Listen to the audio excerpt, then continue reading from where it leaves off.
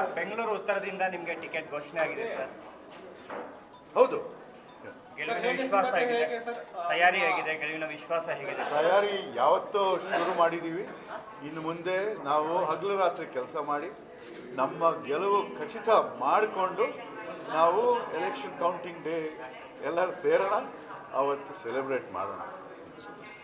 ಅದು ಬಿಜೆಪಿಯ ಭದ್ರಕೋಟೆ ಅಂತ ಹೇಳಿ ಈ ಬಾರಿ ಕಾಂಗ್ರೆಸ್ ಬಾವುಟ ಆರುತ್ತ ಕ್ಷೇತ್ರದಲ್ಲಿ ಮೊದಲಿಂದ ಅದು ಕಾಂಗ್ರೆಸ್ ಭದ್ರಕೋಟೆ ಆಗಿತ್ತು. ಇವಾಗ 4 ಸಲ ಬಿಜೆಪಿಯವರು ಗೆದ್ದಿದ್ದಾರೆ.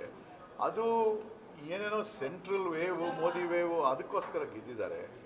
ಆದರೆ ಅಷ್ಟು ಅವಕಾಶ ಸಿಕ್ಕಿತ್ತಲ್ಲ ಬಿಜೆಪಿ ಸಂಸದರಿಗೆ, ಅವ್ರಿಗೆ ಏನಾದರೂ ಮಾಡಿದಾರ, ಕ್ಷೇತ್ರಕ್ಕೆ ಬಂದಿದ್ದಾರಾ, ಅವೆಲ್ಲ ಪ್ರಶ್ನೆಗಳು ನೀವು ಅವ್ರನ್ನ ಕೇಳಬೇಕು. ಜನರನ್ನು ಕೇಳಿ ಸಾಕು.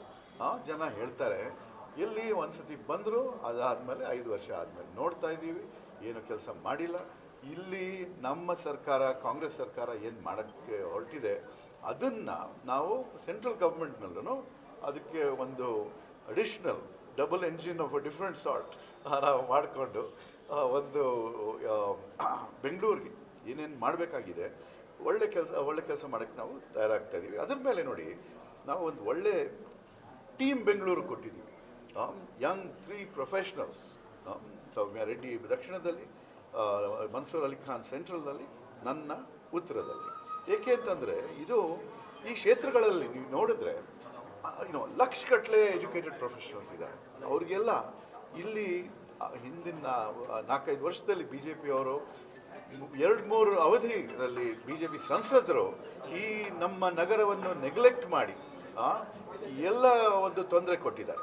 ಇವಾಗ ನೀರು ಬಗ್ಗೆ ನೀವು ಸಮಸ್ಯೆಗಳ ಬಗ್ಗೆ ಕೇಳಿದ್ರೆ ಅದು ಹೂಳಿ ಎತ್ತದು ಎಷ್ಟು ವರ್ಷ ತಗೋಬೇಕಾಗಿತ್ತು ಬಿ ಜೆ ಪಿ ಸರ್ಕಾರ, ಅವೆಲ್ಲ ಅವ್ನಿಗೆ ಪ್ರಶ್ನೆ ಕೇಳಬೇಕು. ಅದಕ್ಕೋಸ್ಕರ ನಮ್ಗೆ ಏನು ಸಮಸ್ಯೆ ಆಗ್ತೇವೆ ಅವರಿಂದ ಆಗ್ತಾ ಇರೋದು. ನಮ್ಮ ಕಾಲದಲ್ಲಿ ನಾವು ಎದುರಿಸ್ತಾ ಇದ್ದೀವಿ, ಅದು ಸೃಷ್ಟಿಯಾಗಿರೋದು ಹಿಂದೆ. ನಾವು ಇನ್ನು ಮುಂದೆ ಏನೇನು ಮಾಡಬೇಕಾಗಿದೆ ನಮ್ಮ ನಗರಕ್ಕೆ, ನಮ್ಮ ಬಡ ಜನರಿಗೆ, ನಮ್ಮ ಯುವಕರಿಗೆ. ನಮ್ಮ ಸಿಟಿ ಇದು ವರ್ಲ್ಡ್ ಕ್ಲಾಸ್ ಸಿಟಿ. ಅದನ್ನು ಆ ಒಂದು ವಿಷನ್ ಇಟ್ಕೊಂಡು ಬೆಂಗಳೂರು ನಗರ, ಬೆಂಗಳೂರು ಉತ್ತರ, ಅದನ್ನು ನಾವು ಉತ್ತಮ ನಗರ ಮಾಡೋಕ್ಕೋಸ್ಕರ ಎಲ್ಲದಕ್ಕೂ ತಯಾರಿಕೆ ಮಾಡ್ತಾ ಇದ್ದೀವಿ. ಅದ್ರ ಬಗ್ಗೆ ಇನ್ನು ಮುಂದೆ ನೀವು ನೋಡ್ತೀರಾ. ಕ್ಯಾಂಪೇನ್ ಟ್ರೈಲ್ನಲ್ಲಿ ಬನ್ನಿ, ಒಟ್ಟಿಗೆ ಬನ್ನಿ, ಭಾಳ ಒಳ್ಳೊಳ್ಳೆ ಇವೆಂಟ್ಸ್ ನಿಮಗೆ ಕಂಡು ಬರುತ್ತೆ ಅಂತ ಹೇಳ್ತೀನಿ.